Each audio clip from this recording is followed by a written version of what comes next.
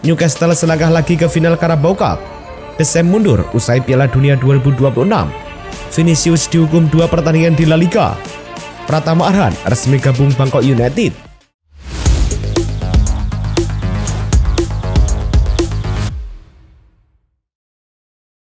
Halo Soccer Mania, kembali lagi di Blessing Soccer News. Kali ini kami sudah siapkan berita-berita terbaru seputar dunia sepak bola. Tentunya untuk kalian semua, selamat menyaksikan.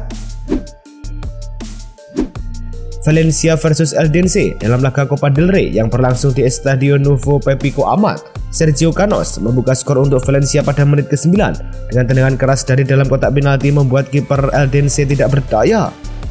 Diego Lopez menggandakan keunggulan Valencia pada menit ke-39 dengan penyelesaian yang tenang setelah memanfaatkan kesalahan pertahanan Eldense membawa timnya unggul 2-0 sampai laga usai. Hasil ini membawa Valencia melaju ke babak 16 besar.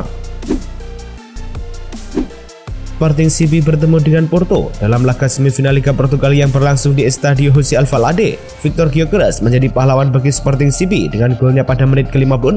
Ia berhasil memanfaatkan umpan silang yang tepat dan mengunci kemenangan bagi timnya. Dengan hasil ini, Sporting CP melaju ke final Liga Portugal, sementara Porto harus mengakhiri perjalanan mereka di semifinal. Sedangkan pada hari ke-8 tahun 2025, Victor Gyökeres kembali menunjukkan ketajamannya dengan mencetak gol keempatnya di musim ini. Arsenal versus Newcastle United tersaji di Emirates Stadium pada laga leg pertama Carabao Cup. Newcastle membuka keunggulan pada menit ke-37 melalui Alexander Isak. Skor 1-0 untuk Newcastle bertahan hingga babak pertama tuntas. Selepas jeda, The Magpies bisa menggandakan keunggulan menjadi 2-0 pada menit ke-51 melalui Anthony Gordon. Tim tamu bisa menjaga keunggulan 2-0 hingga laga tuntas. Kemenangan ini menjadi modal berharga untuk Newcastle menghadapi leg kedua pada 6 Februari mendatang. Alexander Isak, penyerang Newcastle United, menunjukkan performa luar biasa dengan mencetak gol dalam 5 pertandingan terakhirnya, total mencetak 7 gol. Pada pertandingan terbaru melawan Arsenal di semifinal Carabao Cup, Isak berhasil membuka skor dan membantu timnya meraih kemenangan 2-0. Dengan catatan impresif ini, Isak kini telah mengumpulkan 10 gol dan 2 assist dalam 9 pertandingan terakhirnya di semua kompetisi, menjadikannya salah satu pemain kunci dalam upaya Newcastle untuk meraih trofi domestik setelah sekian lama. Luis Felipe, bek asal Italia, telah resmi bergabung dengan Olympique de Marseille setelah mengakhiri kontraknya dengan klub Saudi Al Ittihad. Pemain berusia 27 tahun ini menandatangani kontrak yang berlaku hingga tahun 2026. Sebelumnya, Felipe mengalami cedera yang membuatnya tidak tampil dalam pertandingan bersama Al Ittihad, sehingga klub memutuskan untuk mengakhiri kerjasama. Kedatangan Luis Felipe di Marseille diharapkan dapat memperkuat lini belakang tim asuhan Roberto De Zerbi yang saat ini membutuhkan tambahan pemain setelah beberapa cedera yang dialami. Como FC telah resmi menyelesaikan 2 rekrutmen baru untuk memperkuat skuad mereka. Klub yang baru dipromosikan ke Serie A ini berhasil mendatangkan Assane Diao, pemain muda berusia 19 tahun dari Real Betis dengan biaya transfer sebesar 12 juta euro, serta Jean Butes, kiper berpengalaman berusia 29 tahun yang sebelumnya bermain untuk Royal Antwerp. Kedua pemain ini diharapkan dapat memberikan kontribusi signifikan dalam upaya Como untuk menjauh dari zona degradasi, mengingat mereka saat ini hanya terpaut 1 poin dari posisi bawah klasmen. Anton Robinson, bek Fulham berusia 27 tahun, telah dinyatakan sebagai pemain terbaik Amerika Serikat tahun 2024 oleh US Soccer. Robinson meraih penghargaan ini dengan mendapatkan 55% suara dari berbagai pihak, termasuk pelatih tim nasional, pemain yang telah membela tim, serta anggota Dewan US Soccer. Ini adalah pencapaian yang luar biasa bagi Robinson yang menjadi bek pertama yang memenangkan penghargaan ini sejak Ogoji Onyewu pada tahun 2006. Dalam tahun yang gemilang, Robinson tampil dalam 11 pertandingan untuk tim nasional Amerika Serikat. Al Nassr kini menjadi klub terdepan dalam perburuan untuk mendapatkan tanda tangan gelandang Manchester United Casemiro. Menjelang bursa transfer musim panas, Casemiro diperkirakan akan meninggalkan Old Trafford dan Al Nassr berusaha untuk meyakinkan untuk bergabung dengan mantan rekan setimnya Cristiano Ronaldo. Kondisi Casemiro di Manchester United semakin memburuk di bawah manajer baru Ruben Amorim, di mana ia hanya menjadi starter dalam 4 pertandingan sejak kedatangan pelatih tersebut. Dengan gaji Casemiro yang mencapai 350.000 pound sterling per minggu, kepindahan ini memberikan fleksibilitas finansial bagi Manchester United. Pavel Nedved dikabarkan akan menjabat sebagai direktur baru Al-Shabab, klub yang berkompetisi di Saudi Pro League. Menurut laporan media Saudi, Nedved akan mengambil posisi sebagai direktur olahraga klub tersebut dan pengumuman resmi mengenai penunjukannya diharapkan segera dilakukan. Sebelumnya, Nedved dikenal sebagai wakil presiden Juventus, di mana ia berkontribusi dalam pengambilan keputusan penting selama masa jabatannya. Dengan pengalaman dan reputasinya yang kuat, kehadiran Nedved di Al-Shabab diharapkan dapat membawa perubahan positif dan meningkatkan performa tim di Liga. Gelandang asal Jerman Julian Draxler telah resmi memperpanjang kontraknya dengan klub Qatar Al Ahly SC hingga tahun 2028. Pemain berusia 31 tahun ini sebelumnya bergabung dengan Al Ahly pada tahun 2023. Setelah meninggalkan Paris Saint-Germain, Draxler menunjukkan performa yang mengesankan di musim ini dengan mencetak 6 gol dan memberikan 6 assist di Star League.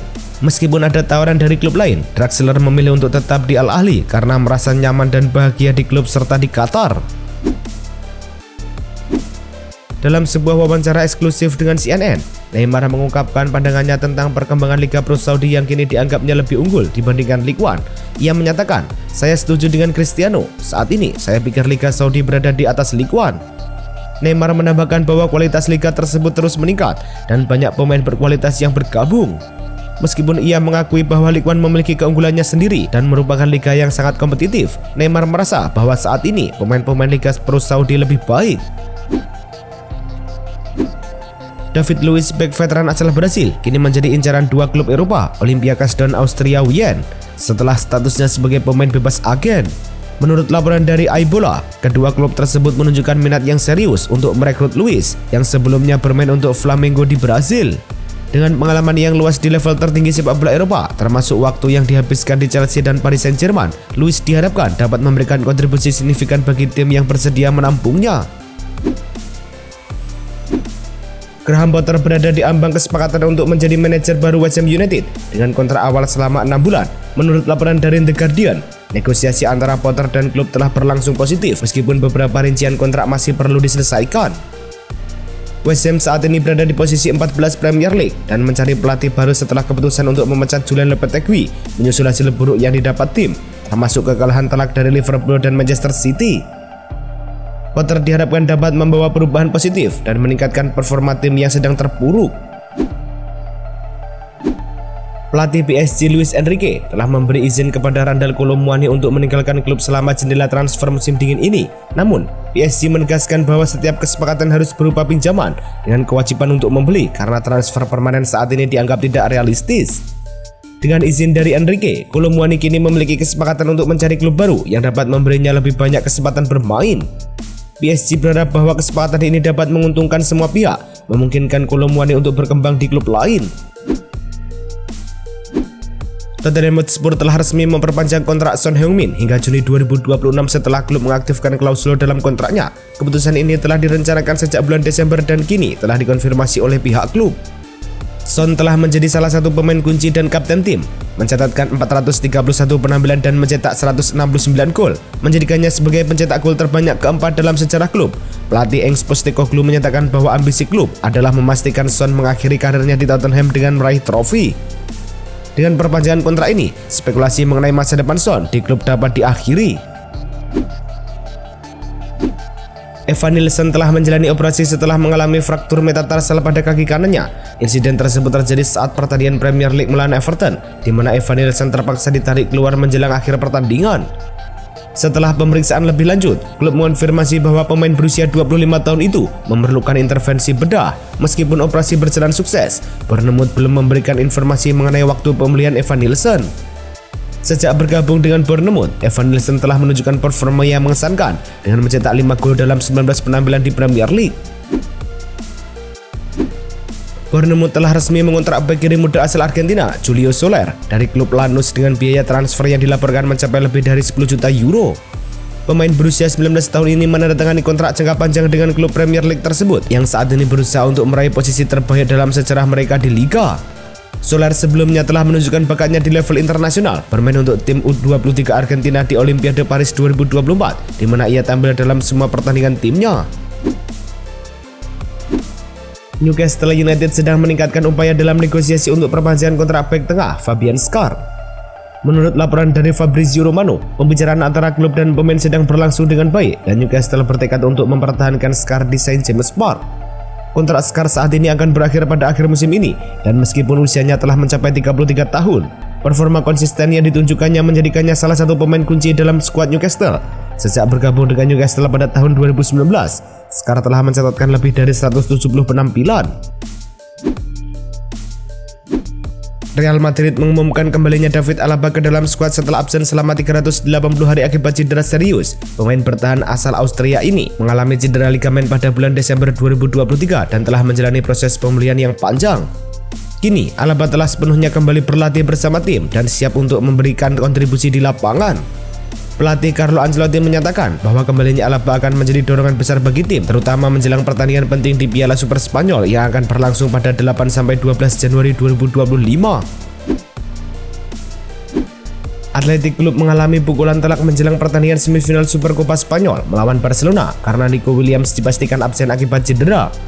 Pemain sayap berusia 22 tahun ini mengalami kontusi pada pergelangan kakinya dan tidak dapat berlatih bersama rekan-rekannya menjelang laga penting tersebut.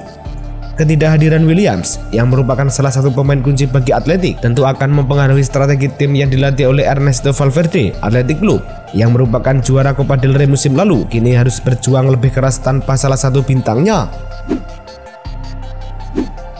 Lamine Yamal menunjukkan kemajuan signifikan dalam pemulihan cedera pergelangan kaki yang dideritanya. Setelah menjalani latihan kelompok sepanjang minggu ini, Yamal berpotensi untuk tampil sebagai starter dalam semifinal Super Cup Spanyol melawan Athletic Club. Menurut laporan dari Javier Miguel di AS, jika tidak ada kemunduran, Yamal diperkirakan dapat bermain selama 70 hingga 75 menit dengan intensitas penuh. Pemulihan ini mengikuti jadwal awal klub setelah ia mengalami cedera grade 1 pada 15 Desember lalu yang membuatnya absen dalam beberapa pertandingan penting. Vinicius Junior resmi dijatuhi hukuman 2 pertandingan larangan bermain di La Liga setelah insiden kartu merah yang dideritanya saat melawan Valencia. Dalam pertandingan tersebut, Vinicius mendapatkan kartu merah langsung setelah mendorong kiper Valencia, Stol Dimitrievski. Meskipun hukuman ini cukup berat, Vinicius masih diperbolehkan untuk bermain di Supercopa Spanyol yang akan berlangsung minggu ini sebelum absen dalam 2 pertandingan La Liga melawan Las Palmas dan Valladolid. Keputusan ini diambil oleh Komite Disiplin Sepak Bola Spanyol yang juga mengenakan denda kepada Real Madrid dan Vinicius. Didier Deschamps, pelatih tim nasional Prancis, dilaporkan akan mengumumkan keputusannya untuk meninggalkan jabatannya setelah Piala Dunia 2026. Menurut laporan dari El Quipe, keputusan ini sudah final dan Deschamps merasa bahwa saatnya untuk memberikan kesempatan kepada pelatih baru untuk memimpin tim.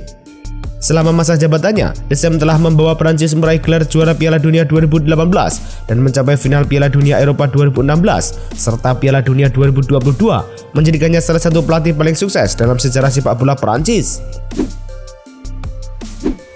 Pemain timnas Indonesia Pratama Arhan resmi menjadi pemain Bangkok United di bursa transfer Januari. Kepastian Pratama Arhan gabung Bangkok United diumumkan oleh agen Arhan, Dusan Bagdanovic. Kabar kepastian bergabungnya Arhan juga dirayakan dengan meriah oleh Bangkok United. Klub tersebut mengunggah video soal lemparan ke dalam yang jadi spesialis Pratama Arhan. Dengan bergabung ke Bangkok United, Arhan tentu berharap mendapatkan menit bermain yang lebih banyak. Di klub-klub sebelumnya, menit bermain Pratama Arhan terbilang terbatas dan lebih sering jadi penghangat bangku cadangan. Rafael Struijk dimainkan di babak kedua saat Brisbane Roar menghadapi Newcastle Jets. Dalam pertandingan I-League yang digelar di Suncorp Stadium, Brisbane Roar kalah dengan skor 0-1. Gol tunggal kemenangan Newcastle Jets dicetak oleh Lachlan Ross di menit ke-74. Di pertandingan ini, Struijk baru dimasukkan pada menit ke-62 menggantikan Adam Zimarino. Di laga ini, Struijk mendapatkan 6,6 poin. Waktu kalah, tidak ada pemain yang mendapatkan rating di bawah 6,0. Dengan hasil ini, Brisbane Roar semakin terbenam di dasar klasemen dengan mengoleksi 2 poin dari 11 pertandingan. Itulah tadi kumpulan berita-berita terbaru dari kami. Simak terus berita-berita terbaru lainnya dan jangan lupa like, komen, dan juga subscribe.